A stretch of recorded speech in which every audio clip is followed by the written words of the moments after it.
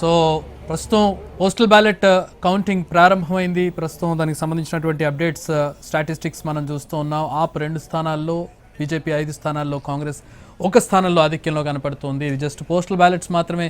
దీని తర్వాత actual counting ప్రారంభమవుతుంది. బహుశా ఒక అరగంట, ఒక 45 మినిట్స్లో యాక్చువల్ కౌంటింగ్ ప్రారంభమయ్యే అవకాశం కనపడుతుంది. మొత్తంగా 70 అసెంబ్లీ స్థానాలకు గాను 699 మంది అభ్యర్థులు పోటీ పడ్డారు. కీలకమైనటువంటి వ్యక్తులు పోటీ చేస్తున్నటువంటి స్థానాలు కూడా ఉన్నాయి. మరి అక్కడ ఎవరి భవితవ్యం ఏ విధంగా ఉండబోతోంది అనేది కూడా తేలబోతోంది.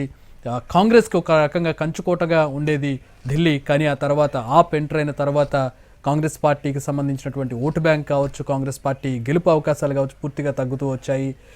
ఈ రోజు అంటే ఇప్పుడు జరిగినటువంటి ఎన్నికల్లో మనం చూసినట్లయితే పూర్తిగా బీజేపీ అంటే ద్విముఖ పోటీగా ఉండిపోయింది. యాక్చువల్గా జరగాల్సిన త్రిముఖ పోటీ కాస్త ద్విముఖ పోటీగా మారిపోయినటువంటి పరిస్థితి. ఆప్ వర్సెస్ బీజేపీగానే ప్రధానంగా పోటీ ఉన్నటువంటి పరిస్థితుల్లో ప్రస్తుతం ఆప్ అంటే తన గత అధికారాన్ని కొనసాగిస్తుందా, లేదు బీజేపీ 27 ఏళ్ల వెయిటింగ్కి ఫుల్ స్టాప్ పడి ఈసారైనా బీజేపీ రాజధానిలో తన విజయబావుట ఎగరవేస్తుంది అనేది వేచి చూడాల్సినటువంటి పరిస్థితి. డబుల్ ఇంజన్ సర్కార్ పేరుతో ఢిల్లీలో ప్రచారం చేసుకుంటూ వచ్చారు బీజేపీ నేతలు. అనేక రకాల హామీలు ఇచ్చారు. పోటాపోటీగా అటు ఆప్ కావచ్చు, ఇటు బీజేపీ కావచ్చు, పోటాపోటీ హామీలతోటి ప్రజలను ఓట్ల వైపు ఆకర్షించే విధంగా ప్రచారం చేశారు. ఈ ప్రచారంలో కూడా కాంగ్రెస్ వెనుకబడినటువంటి పరిస్థితి. అగ్రనేతలు ఎవరు కూడా పెద్దగా ప్రచారం చేసి ఓటర్లను ఆకర్షించే ప్రయత్నం ఎక్కడ చేయలేదు కాంగ్రెస్ పార్టీ తరపు నుంచి.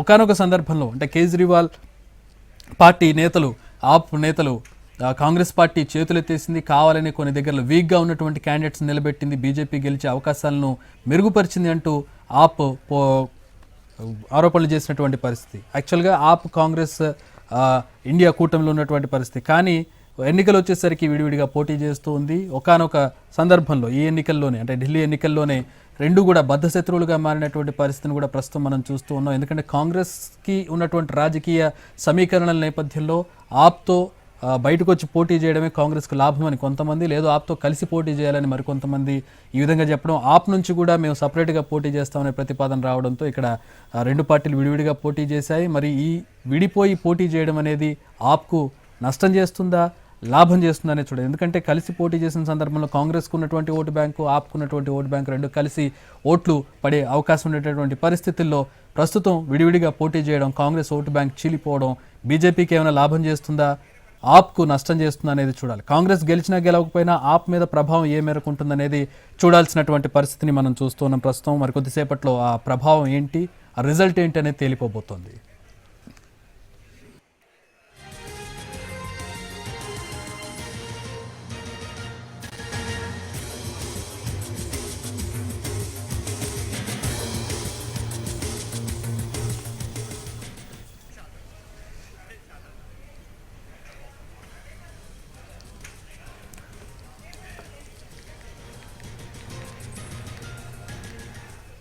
పోస్టల్ బ్యాలెట్కి సంబంధించినటువంటి అప్డేట్స్ చూస్తూ ఉన్నాం.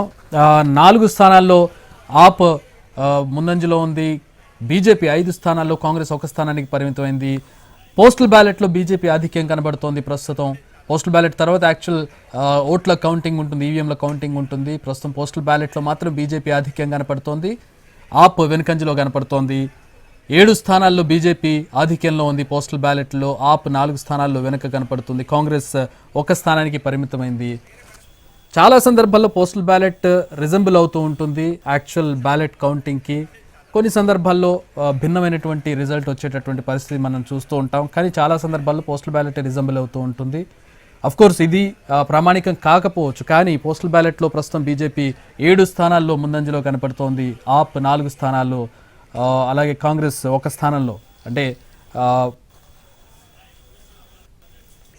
వృద్ధులు అలాగే ఇతర ఉద్యోగస్తులు వీళ్ళంతా కూడా వేసినటువంటి ఓట్లు ప్రస్తుతం పోస్టల్ బ్యాలెట్లో ఉంటాయి, చాలా తక్కువ సంఖ్యలో ఉంటాయి. ఆ ఓట్లను లెక్కిస్తూ ఉన్నారు. వీటి తర్వాత యాక్చువల్గా ఈ ఈవీఎంలో నమోదైనటువంటి ఓట్లను లెక్కిస్తారు. ఓటింగ్ సెంటర్లకు వచ్చి ఎవరైతే ఓట్లు వేస్తారో ఆ ఓట్లను మరికొద్దిసేపట్లో లెక్కింపు ప్రారంభిస్తారు.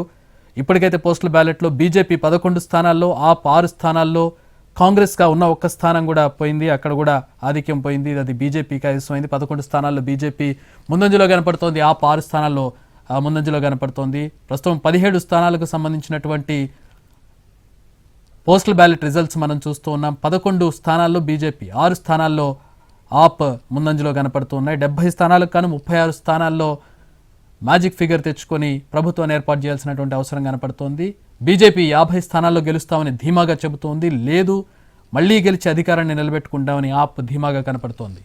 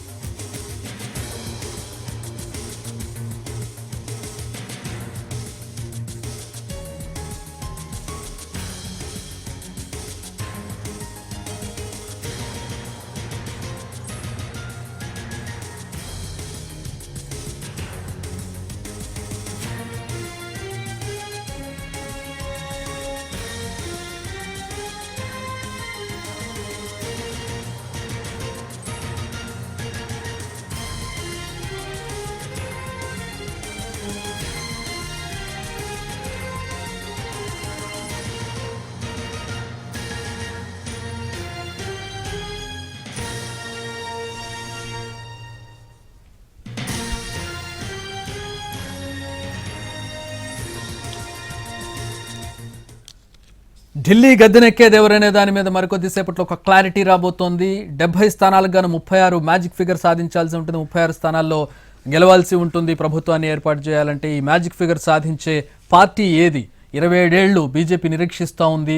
ఈసారైనా తాము గెలిచి తీరుతాం అంటే ఈసారి పరిస్థితులు భిన్నంగా ఉన్నటువంటి నేపథ్యంలో బీజేపీ వరుసగా మూడోసారి అధికారాన్ని కేంద్రంలో చేజిక్కించుకున్నటువంటి పరిస్థితుల్లో ప్రస్తుతం ఢిల్లీలో ఆప్కి సంబంధించి కొంచెం వ్యతిరేక పవనాలు వేస్తున్నటువంటి పరిస్థితుల్లో బీజేపీ అధికారం దిశగా అడుగులు వేస్తుందా, లేదంటే తిరిగి ఆప్ తన అధికారాన్ని కైవసం చేసుకుంటుందా అనేది వేచి చూడాల్సినటువంటి పరిస్థితి. కాంగ్రెస్ ప్రస్తుతం మూడో స్థానానికి పడిపోయినటువంటి పరిస్థితి. త్రిముఖ పోటీ కాస్త ద్విముఖ పోటీగా మారిపోయి కాంగ్రెస్ మూడో స్థానానికి పడిపోయినటువంటి పరిస్థితి. యుద్ధ ప్రచారంలో కూడా వారు వెనుకంజలో ఉన్నటువంటి పరిస్థితి. అంటే ఓడిపోతాం కదా ఇంకెందుకు ప్రచారం అనే స్థాయిలో కాంగ్రెస్ ప్రచారం కొనసాగినట్టుగా ఢిల్లీలో విశ్లేషణ కనిపించింది. వారి ప్రచార తీరు కనిపించినటువంటి పరిస్థితుల్లో ప్రస్తుతం ఆప్ వర్సెస్ బీజేపీలో ఎవరు గెలుస్తారు, ఎవరికి ఎన్ని సీట్లు రాబోతున్నాయి, ఎవరు అధికార పీఠాన్ని దక్కించుకోబోతున్నారు? ప్రజలు డబుల్ ఇంజిన్ సర్కార్ని నమ్మారా, లేదంటే ఆప్ అభివృద్ధిని నమ్మారా అనేది వేచి చూడాల్సినటువంటి పరిస్థితి. మరికొద్దిసేపట్లో ట్రెండ్స్ రాబోతూ